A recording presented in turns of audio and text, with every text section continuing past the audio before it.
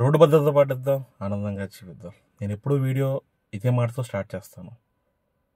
రోడ్ల గురించి చెప్తాను. ఇప్పుడు కూడా విజయవాడ వెస్ట్ బైపాస్ రోడ్డు మీదుగా ప్రయాణం చేస్తున్నాను. ఎదురు యూటర్న్ తిరగాలి, రోడ్డు ఇలా ఉంది అని నేను చెప్పొచ్చు. కానీ ఈ వీడియోలో అయితే రోడ్డు భద్రత గురించి కాకుండా మా గోదావరి గురించి అయితే నేను చెప్పాలనుకుంటున్నాను.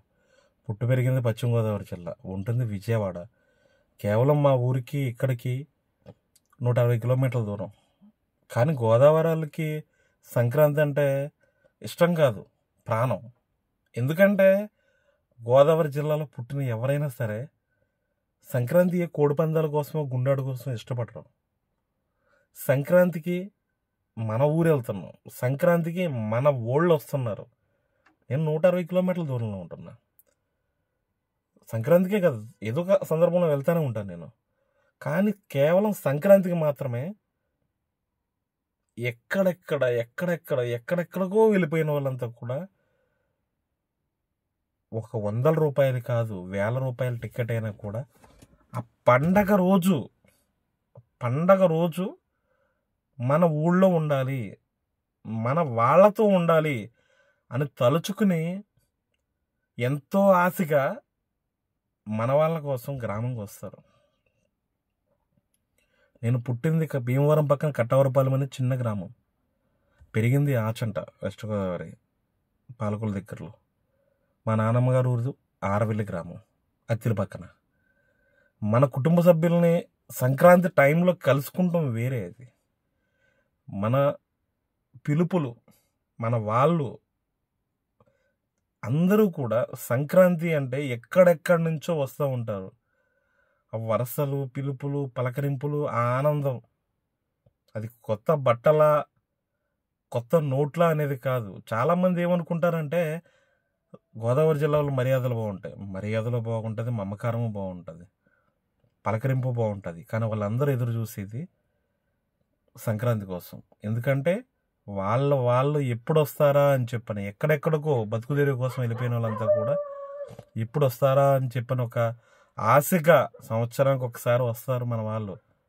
ఎందుకంటే మనం పక్కన ఉండొచ్చు, కానీ ఎక్కడో ఉన్నవాళ్ళు అంటే చాలామంది అనుకుంటారు వీడు పక్కనే ఉన్నాడు కదా అని చెప్పని అనుకోవచ్చు. కానీ నేను వచ్చేటప్పుడు నా మిత్రుల కోసం, నా బంధువుల కోసం చూస్తూ ఉంటాను.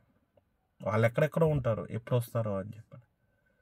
ఈ రకంగా సంక్రాంతి పండగ వచ్చిందంటే మన వాళ్ళు ఎప్పుడు వస్తారా అనే ఎదురు చూపులు. చాలామంది ఏమనుకుంటారంటే కోడి పందాలు ఉంటాయి, గుండాట్లు ఉంటాయి, అందుకే గోదావరికి ఇష్టం అని చెప్పని అనుకుంటారు. ఇక్కడ కోడి పందాలు, గుండాట్లు ఉంటాయి, కానీ ఏదున్నా సరే ఎక్కడికో వెళ్ళి కోడిపందం కాసి రావాలి, లేదా గుండాడికి వెళ్ళి రావాలి, మాంసం పొక్కుడి తిని రావాలి, ఇదంతా కాదు ఇక్కడ గోదావరికి. పక్కన మనవాడిని పెట్టుకుని వెళ్ళాలి, మన వాడితో వెళ్ళాలి. మనం చిన్ననాటి స్నేహితులం కావచ్చు, బంధువులు కావచ్చు, ఒక బండి మీద లేదా ఒక కారులో మనం సరదాగా నవ్వుకుంటా, జోకులు చెప్పుకుంటా, నువ్వేం చేస్తున్నావు, నేనేం చేస్తున్నా, మనం అప్పుడు అలా చేసాం కదా, ఇప్పుడు ఇలా చేసాం కదా, అవన్నీ కూడా జ్ఞాపకాలన్నీ కూడా నెమర వేసుకుంటూ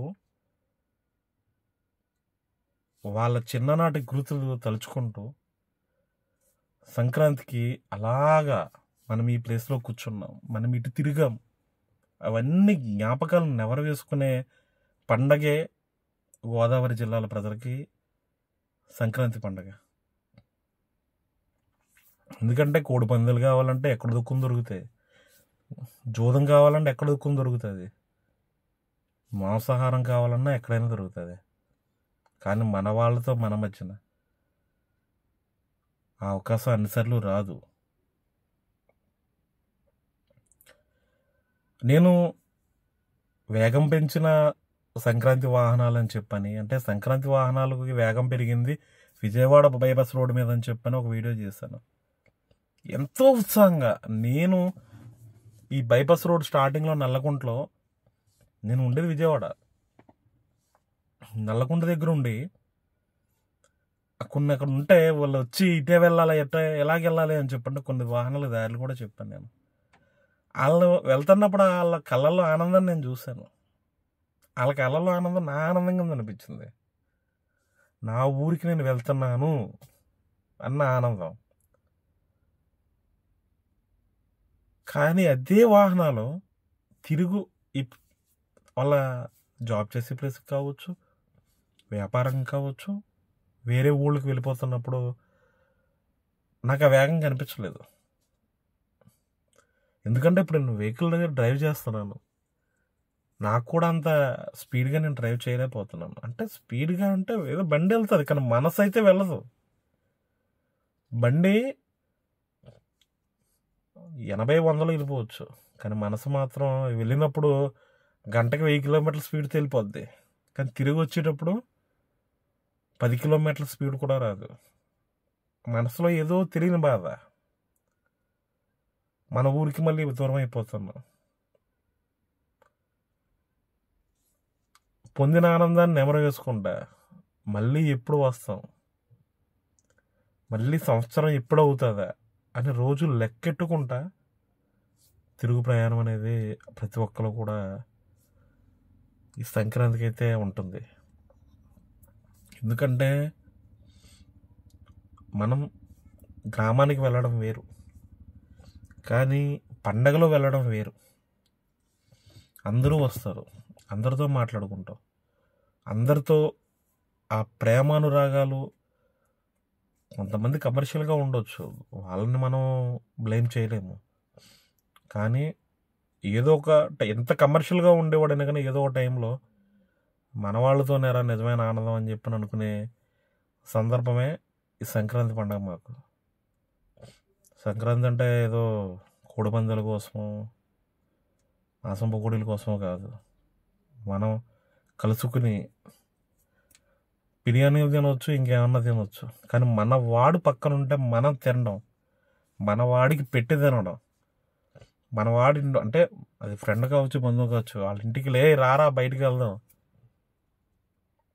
ఎప్పుడొచ్చో ఏంటి అని వివరాలు అడగడమే కాదు, బయటికి వాడిని బండి మీద వెళ్ళి సరదాగా నేనేస్తానంటే నేనేస్తానని చెప్పని ఇచ్చి, లేకపోతే నువ్వే ఇవ్వకపోతే నువ్వెందుకు ఎవరో ఖర్చు పెట్టరా అని చెప్పని, అంటే స్వతంత్రం అయితే నేను ఇస్తానంటే నేను ఇస్తాను, నువ్వెవరా అని చెప్పని చెప్పి ఇప్పించడం. ఇవన్నీ కూడా సంక్రాంతికి మాకు మా వాకిట్లో, మా గ్రామంలో, మా జిల్లాలో కనిపించే సందర్భాలు ఇవన్నీ కూడా.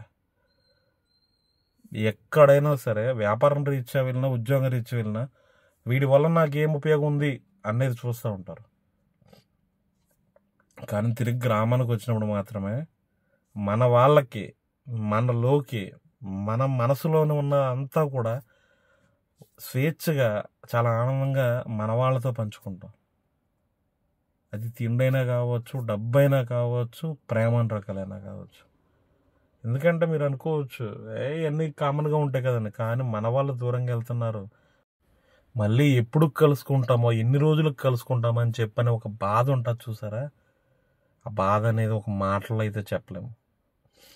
డబ్బు ఉంటే మనం ఎక్కడికైనా వెళ్ళొచ్చు, డబ్బు ఉంటే ఎలాగైనా తిరగవచ్చు, కానీ మనవాడితో తిరిగేది అనేది అవతలవాడు మనకిచ్చే అవకాశం.